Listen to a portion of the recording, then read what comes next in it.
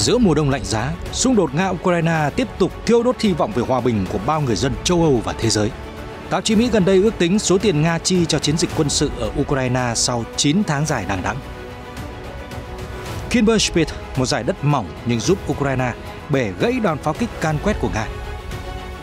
Ông Zelensky nói gì về số phận của bán đảo Crimea? Moscow phản ứng trước thông tin tình báo Mỹ muốn chiêu mộ người Nga. Chuyển sang các diễn biến khác, Nhật nói 2 tàu Trung Quốc đi vào lãnh hải ngoài khơi quần đảo tranh chấp. Theo Kyodo, quân đội Mỹ có thể trở lại căn cứ quân sự một thời ở châu Á trước lo ngại về Trung Quốc. Philippines đệ trình gần 190 công hàm phản đối Trung Quốc về vấn đề Biển Đông trong năm 2022. Bí mật của cựu Thủ tướng Úc Morrison làm xói mòn lòng tin người dân dành cho chính phủ. Một số tin tức xã hội đáng quan tâm. Indonesia triển khai 5.000 tình nguyện viên giúp đỡ người dân mất nhà cửa sau động đất. Nhật đổi kế hoạch phân phối rộng rãi thuốc uống điều trị Covid-19. Liên Hợp Quốc thành lập phái bộ điều tra cáo buộc Iran đàn áp các cuộc biểu tình. Tất cả sẽ có trong chương trình ngay sau đây.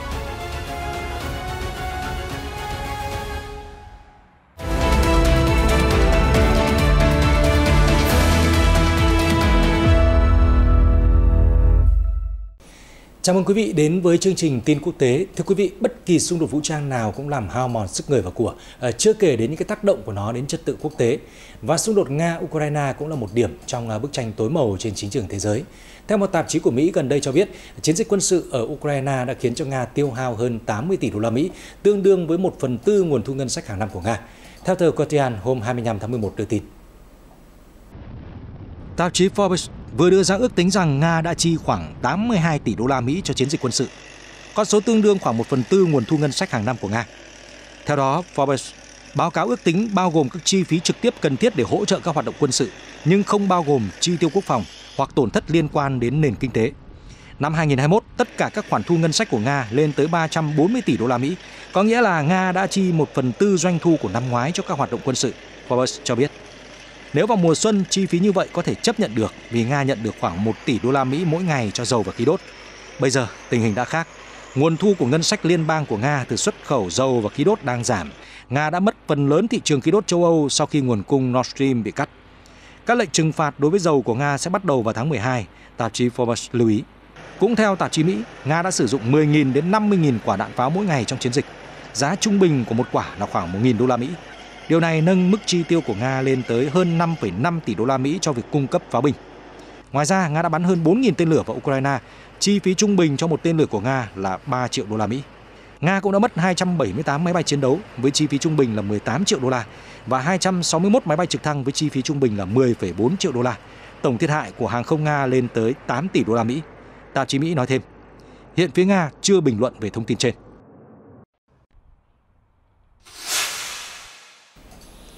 Thưa quý vị, Nga thời gian qua dồn dập tấn công bằng tên lửa nhằm vào các cơ sở hạ tầng trọng yếu của Ukraine, gây thiệt hại nặng nề cho các cơ sở năng lượng tại nước này.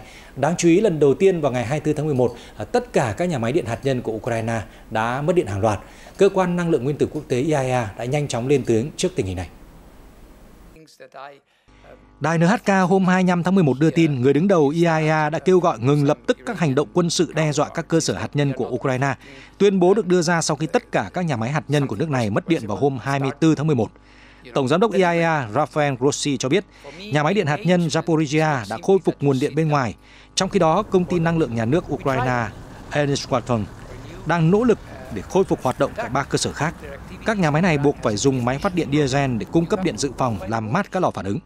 Theo ông Rafael Grossi, ngành công nghiệp hạt nhân của Ukraine đã trải qua mất mát lớn kể từ khi xung đột nổ ra.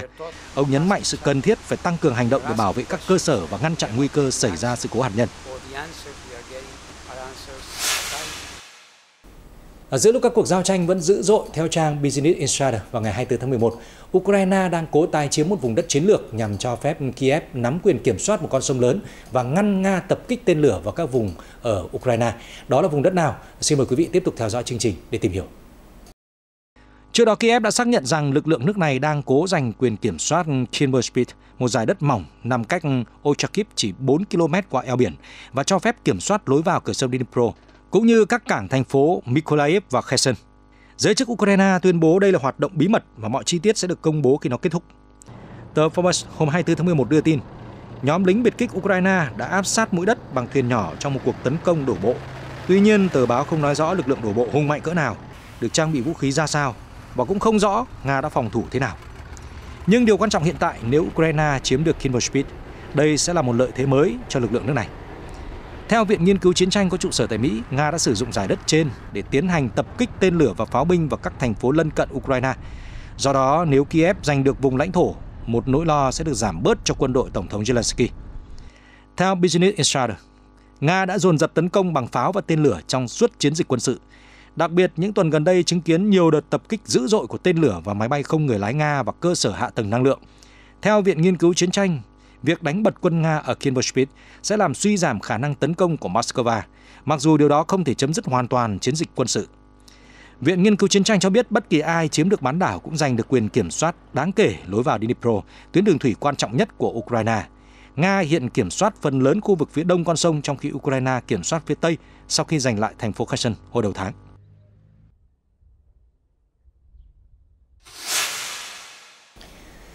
Trong khi đó, Tổng thống Ukraine Zelensky gần đây tuyên bố là nước này sẵn sàng ủng hộ một giải pháp phi quân sự để giành lấy bán đảo Crimea. Ông loại bỏ viễn cảnh vùng lãnh thổ tiếp tục là một phần của Nga, theo hãng tin Sputnik hôm 25 tháng 11 cho hay. Sputnik dẫn lời Tổng thống Ukraine Zelensky tuyên bố, ông sẵn sàng quyết định số phận của bán đảo Crimea bằng các biện pháp phi quân sự. Cụ thể, trả lời phỏng vấn tờ Financial Times, nhà lãnh đạo nói vấn đề về số phận của Crimea đang được đặt trên bàn nghị sự quốc tế. Tôi hiểu mọi người đều bối rối về tình hình hiện tại và những điều sẽ xảy ra với Crimea. Nếu ai đó sẵn sàng cho chúng tôi một giải pháp để giành lại Crimea bằng các phương tiện phi quân sự, tôi sẽ ủng hộ. Nhưng nếu giải pháp đó không liên quan đến việc giành lại Crimea và vùng lãnh thổ này vẫn là một phần của Nga, thì không cần phải lãng phí thời gian vào việc này, ông Zelensky cho hay. Hiện mục tiêu quân sự của Ukraine vẫn là tìm cách giành lại các vùng lãnh thổ Nga kiểm soát từ tháng 2 năm nay và giành lại Crimea. Tuy nhiên, có nhiều lo ngại bất kỳ nỗ lực nào của Kiev nhằm giành lại bán đảo có thể khiến xung đột leo thang, bởi vùng này có vai trò chiến lược đối với Moscow. Thưa quý vị, vừa qua tờ Wall Street Journal đăng một bài báo cho biết là Phó Giám đốc điều hành của CIA David Maroi bày tỏ sự quan tâm đến việc tuyển dụng những người Nga không đồng tình với chiến dịch ở Ukraine. Ông thông báo rằng cơ quan này sẵn sàng mở cửa đón ứng viên. Đại sứ quán Nga tại Washington hôm 24 tháng 11 đã có phản ứng trước thông tin này. Đài RT dẫn lời Đại sứ quán Nga tại Mỹ hôm 24 tháng 11 cho biết, nỗ lực của cơ quan tình báo Trung ương Mỹ CIA cho thấy là Washington đang tìm cách phá hoại Nga. Chúng tôi không hề tưởng tượng ra các hoạt động bài Nga của CIA. Đại sứ quán Nga viết trên Telegram, đồng thời nói rằng cộng đồng tình báo Mỹ đang cố gây bất ổn tình hình ở Nga. Theo đại sứ quán, phát ngôn của ông Maroi đã xác nhận đường lối thù địch của Washington nhằm làm suy yếu Nga từ bên trong thông qua các phương pháp lật đổ tinh vi. Ngoài ra, Đại sứ quán Nga còn lưu ý tuyên bố của lãnh đạo CIA có thể được thúc đẩy bởi mong muốn tầm thường là thu hút sự chú ý của công chúng và khiến Quốc hội Mỹ tăng ngân sách cho cơ quan tình báo. Khó có thể không đồng tình với một số chuyên gia cho rằng sự nhiệt tình bài Nga của CIA có liên quan đến mong muốn bù đắp cho những tổn thất sau việc rút quân khỏi Afghanistan, Đài RT dẫn lời Đại sứ quán Nga. Phái đoàn ngoại giao Nga nhấn mạnh rằng bất kỳ nỗ lực nào gây bất ổn ở Nga đều chắc chắn sẽ thất bại, vì hầu hết người dân Nga đều ủng hộ hoạt động quân sự của Moscow ở Ukraine.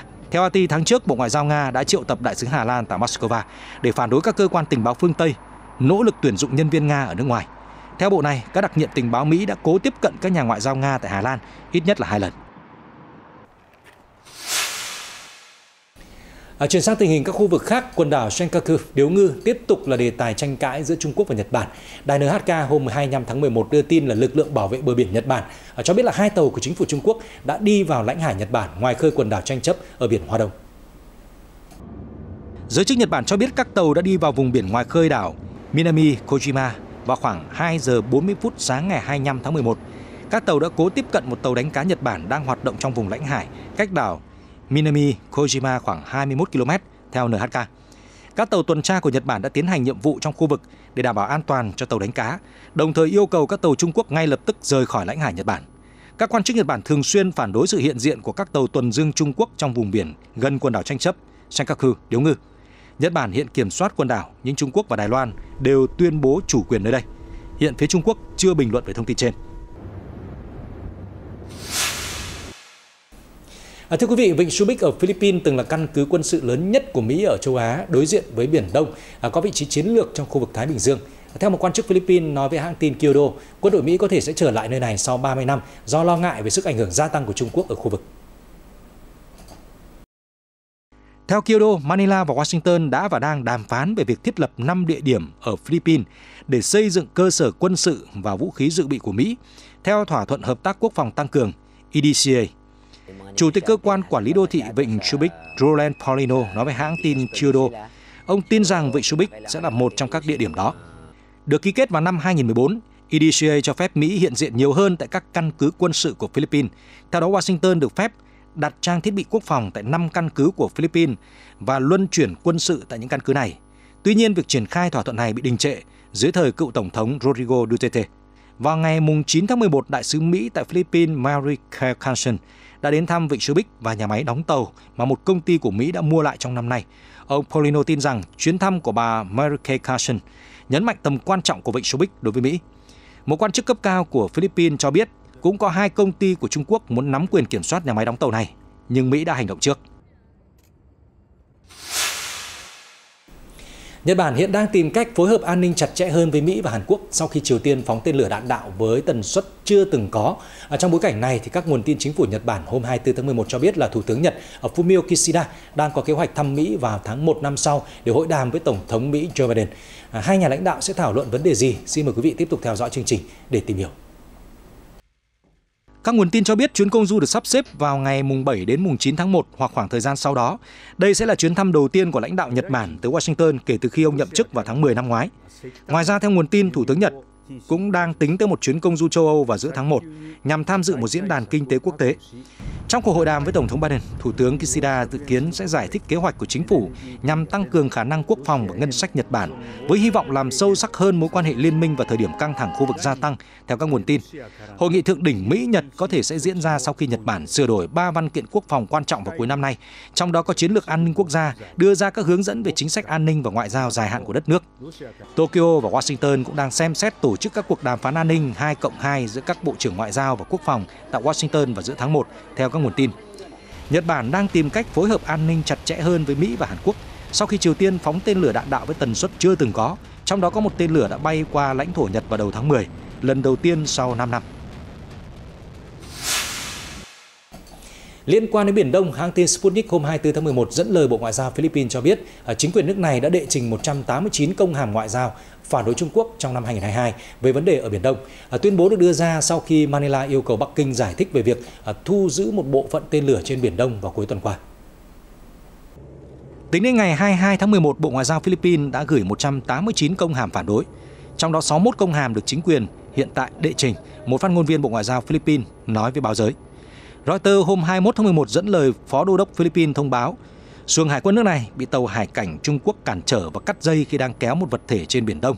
Trong khi đó, theo Sputnik, cảnh sát biển Trung Quốc đã ngăn quân đội Philippines thu hồi các mảnh vỡ được cho là của tên lửa Trường Chinh 5 của Trung Quốc.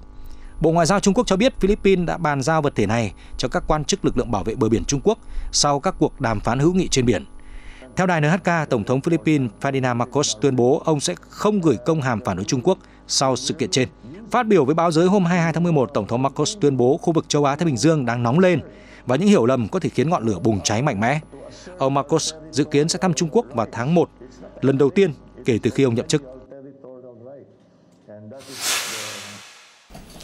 Thưa quý vị, sau chuyến công du đến Nga, Chủ tịch Cuba đã thăm thủ đô Bắc Kinh của Trung Quốc. Trong cuộc gặp ngày 25 tháng 11, Chủ tịch Trung Quốc Tập Cận Bình và người đồng cấp Cuba đã cam kết ủng hộ lẫn nhau và lợi ích cốt lõi của hai nước, theo hãng tin AP.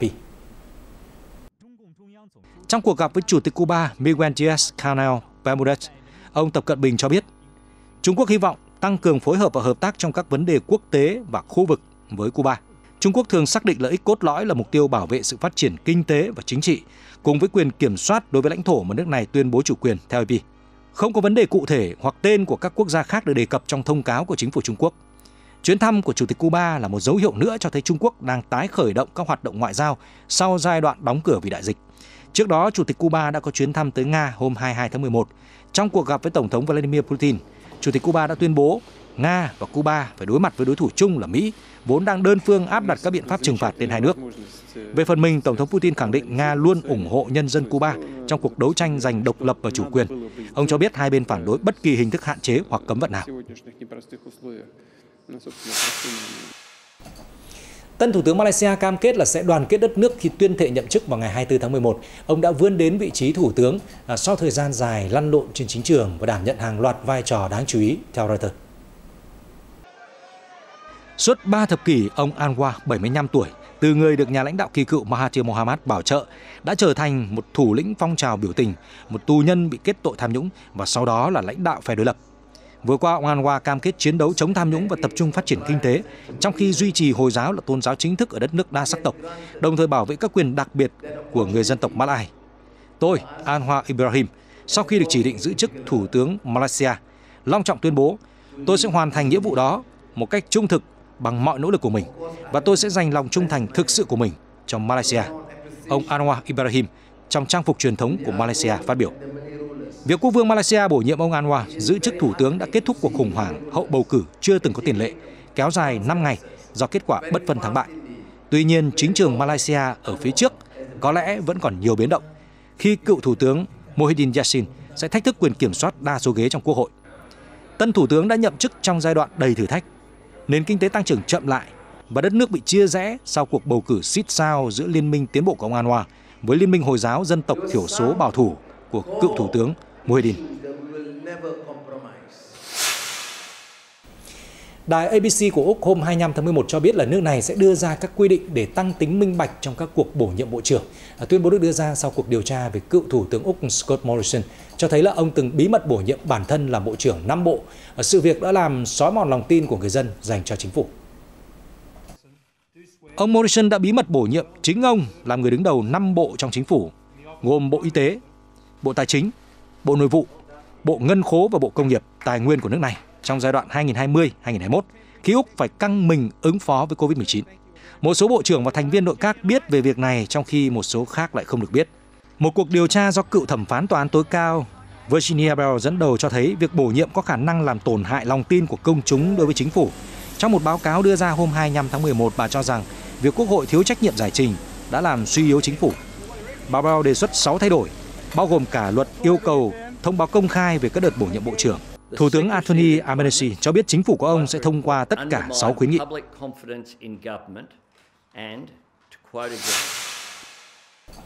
Hãng tin Sputnik hôm 25 tháng 11 báo cáo các bộ trưởng năng lượng EU đã đồng ý loại khí đốt của Nga khỏi các hợp đồng mua sắm chung. Tuy nhiên, tuyên bố chung không nêu rõ khí đốt Nga ở đây là gì, liệu nhiên liệu được sản xuất tại Nga và mua qua trung gian sẽ được định nghĩa như vậy hay không. Theo một tài liệu được công bố sau cuộc họp tại Bruxelles hôm 24 tháng 11, các nước Liên minh châu Âu dự kiến vào năm 2023 sẽ thông qua cơ chế mua sắm chung ít nhất 13,5 tỷ mét khối, con số tương đương 15% tổng lượng khí đốt cần thiết để lấp đầy các cơ sở lưu trữ. Tài liệu còn viết các nước thành viên nhấn mạnh rằng khí đốt Nga sẽ bị loại trừ khỏi các giao dịch mua chung. Theo Sputnik, để quyết định nói trên có hiệu lực, nó phải được thông qua tại cuộc họp của Hội đồng Năng lượng EU, dự kiến diễn ra vào tháng 12 tới. Tuy nhiên, ông Joseph Sikela, người đứng đầu Bộ Công Thương Cộng hòa Séc, cũng là Chủ tịch EU năm nay cho biết cuộc thảo luận về vấn đề này đã hoàn thành và sẽ được thông qua mà không cần tham vấn trước. Cơ chế mua sắm chung quy định các công ty khí đốt ở EU sẽ gửi cho Ủy ban châu Âu dữ liệu về nhu cầu của họ. Chính quyền EU sẽ thuê một bên trung gian tính toán yêu cầu và tìm kiếm nhà cung cấp. Theo đài NHK, hôm 25 tháng 11, Hội đồng Nhân quyền Liên Hợp Quốc đã quyết định thành lập một phái bộ độc lập để điều tra cáo buộc Iran đàn áp các cuộc biểu tình đang diễn ra. Trung Quốc và một số quốc gia khác phản đối nghị quyết. Trong một phiên họp đặc biệt tại Geneva hôm 24 tháng 11, Hội đồng Liên Hợp Quốc đã bỏ phiếu về nghị quyết thành lập phái bộ điều tra. Nghị quyết đã được thông qua với sự ủng hộ của 25 quốc gia trong Hội đồng Nhà nước, gồm 47 thành viên. Làn sóng biểu tình đã nổ ra ở Iran sau cái chết của cô gái Mahsa Amini, 22 tuổi, bị bắt vì cáo buộc không trùm đầu đúng cách. Theo Liên Hợp Quốc và các nhóm nhân quyền, giới chức an ninh Iran đã trấn áp những người biểu tình, khiến hơn 300 người thiệt mạng. Cao ủy Nhân quyền Liên Hợp Quốc Volker Turk cho biết là tình hình này là không thể chấp nhận được và các cuộc điều tra của Iran đã không đáp ứng được các tiêu chuẩn quốc tế về tính khách quan, độc lập và minh bạch. Ông Volker Turk nói. Trung Quốc và một số quốc gia khác phản đối nghị quyết. Các nước này nói rằng nhân quyền không nên được sử dụng như một công cụ để can thiệp vào các quốc gia khác. Đại diện Iran cho biết Tehran bác bỏ nghị quyết vì nó dựa trên những lời nói dối. Tổng thống Peru Pedro Castillo hôm 24 tháng 11 đã chấp nhận đơn từ chức của Thủ tướng nước này. Ông tuyên bố sẽ cải tổ nội các một lần nữa, hãng tin Reuters cho hay. Cựu Thủ tướng Aníbal Torres, một đồng minh trung thành của ông Castillo, đã thách thức Quốc hội trong một cuộc bỏ phiếu tín nhiệm vào tuần trước. Tuy nhiên, Quốc hội từ chối tổ chức cuộc bỏ phiếu, nói rằng không đầy đủ các điều kiện cần thiết. Sau khi chấp nhận đơn từ chức của Thủ tướng, tôi sẽ đổi mới nội các. Tôi xin thay mặt đất nước cảm ơn ông ấy vì những gì ông đã cống hiến, Tổng thống Castillo nói trên truyền thông quốc gia. Lời kêu gọi tổ chức bỏ phiếu tín nhiệm diễn ra nhằm gây áp lực lên Quốc hội trong bối cảnh quan hệ giữa các nhánh trong chính phủ đang căng thẳng. Các nhà lập pháp đối lập đã 2 lần luận tội Tổng thống Castillo, trong khi cũng đã sa thải một số thành viên nội các.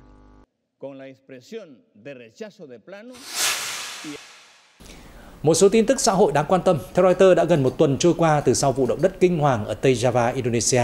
Nhưng một số người sống sót nói rằng đến nay thì chưa nhận được hỗ trợ đáng kể của chính phủ. Người dân bày tỏ họ đang phải vật lộn để xây dựng lại mọi thứ. Trận động đất mạnh 5,6 độ Richter vào hôm thứ Hai 21 tháng 11 có tâm chấn ở thị trấn Cianjur, cách thủ đô Jakarta khoảng 75 km về phía nam. Cơn địa chấn đã khiến ít nhất 272 người thiệt mạng, giới chức Indonesia cho biết. Ngày 24 tháng 11, Reuters ghi nhận ông Teddy Cahyadi và vợ là Siti Fatima đang cố gắng tìm kiếm quần áo và các tài sản khác trong đống đổ nát của ngôi nhà, sau đó khăn gói đi tới khu lều trú ẩn cùng các nạn nhân khác. Người chồng chia sẻ, chúng tôi thỉnh thoảng được phát đồ ăn thức uống, nhưng các vật dụng như là chăn nệm thì hầu như không có. Nhà chức trách cho biết các trận lở đất liên tiếp và địa hình đồi núi đang cản trở nỗ lực cung cấp hàng tiếp tế. Suharyanto, người đứng đầu cơ quan giảm nhẹ thiên tai của Indonesia, ngày 24 tháng 11 cho biết là gần 5.000 tình nguyện viên đã được triển khai để giúp phân phối nước, thức ăn nhanh, lều và tã lót cho người dân vùng thiên tai. Indonesia là một trong những quốc gia dễ xảy ra động đất nhất trên thế giới, nhưng các cơn địa chấn mạnh hơn thường xảy ra ngoài khơi. Trận động đất vừa qua mạnh 5,6 độ, tuy nhiên là rất nguy hiểm vì có tâm chấn nông và xảy ra khu vực đông dân cư. Hơn nữa, cấu trúc nhà cửa yếu ở khu vực đồi núi cũng là một nguyên nhân khác khiến nhiều nạn nhân thương vong. Đài NHK hôm 25 tháng 11 thông báo là Nhật Bản sẽ bắt đầu phân phối rộng rãi thuốc uống điều trị COVID-19 Socova, dự kiến là từ thứ Hai ngày 28 tháng 11, sớm hơn so với kế hoạch ban đầu. Chính phủ Nhật đã cấp phép khẩn cấp thuốc Socova vào hôm 22 tháng 11. Đây là loại thuốc uống đầu tiên được phát triển trong nước cho những bệnh nhân có triệu chứng nhẹ. Bộ trưởng Y tế Nhật Kato Katsunobu nói với báo giới hôm 25 tháng 11 rằng nguồn cung cho 1 triệu người đã sẵn sàng và công tác chuẩn bị để phân phối đã tiến triển thuận lợi. Theo ông, ban đầu chính phủ có kế hoạch phân phối loại thuốc này vào đầu tháng 12. Thuốc Socova sẽ được chuyển đến khoảng 2.900 cơ sở y tế được liệt kê trên trang web của chính quyền các tỉnh, theo NHK. Thưa quý vị, nhiều người dân ở thủ đô Kiev đã xếp hàng dài trong ngày 24 tháng 11 chờ nhận nước từ một cái giếng ở trung tâm thủ đô sau khi trận oanh kích của Nga đã gây mất điện nghiêm trọng chưa từng thấy khắp Ukraine kể từ ngày 23 tháng 11. Mọi người đã mang các vật dụng đựng nước, cầm ô che mưa trong lúc chờ tới lượt mình, Reuters ghi nhận. Giới chức Kiev cho biết Nga oanh kích ngày 23 tháng 11 đã khiến 80% cư dân thủ đô bị mất điện và nước kéo dài.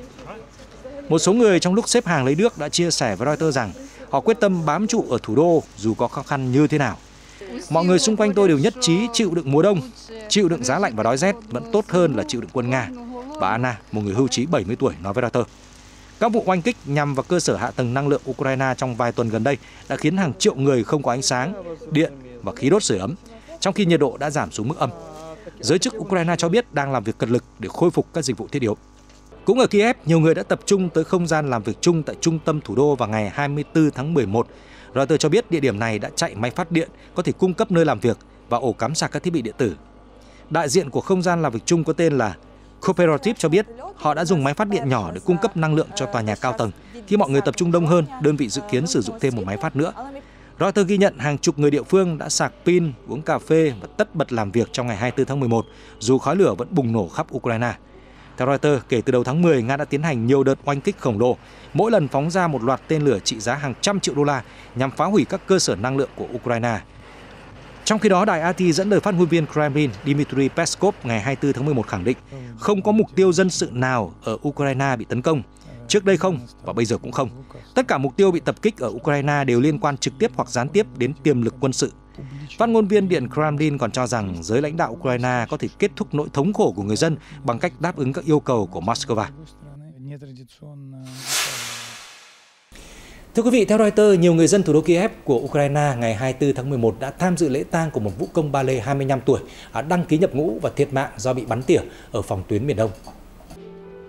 Anh Vadim Klopianet từng hoạt động tại sân khấu kịch Opera Quốc gia ở thủ đô Kiev đã thiệt mạng trong một trận đánh gần thành phố Bakhmut, một đô thị thuộc tỉnh Donetsk, miền đông Ukraine, theo thông báo của quân đội Ukraine cho biết.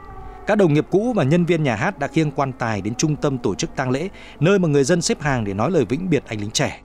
Mọi người đã gửi đến anh tràng vỗ tay cuối cùng, cảm ơn vì các màn trình diễn nghệ thuật và sự chiến đấu của anh trong hàng ngũ quân đội Ukraine. Chỉ huy của người lính đã khuất, ông Denis Popov, cũng đến dự lễ tang. Ông cho biết những người con ưu tú nhất của Ukraine đã hiến dâng sinh mạng của mình. Anh Klopianet sinh ra ở Donetsk và tình nguyện tham gia vào lực lượng vũ trang Ukraine từ đầu xung đột, Reuters cho hay.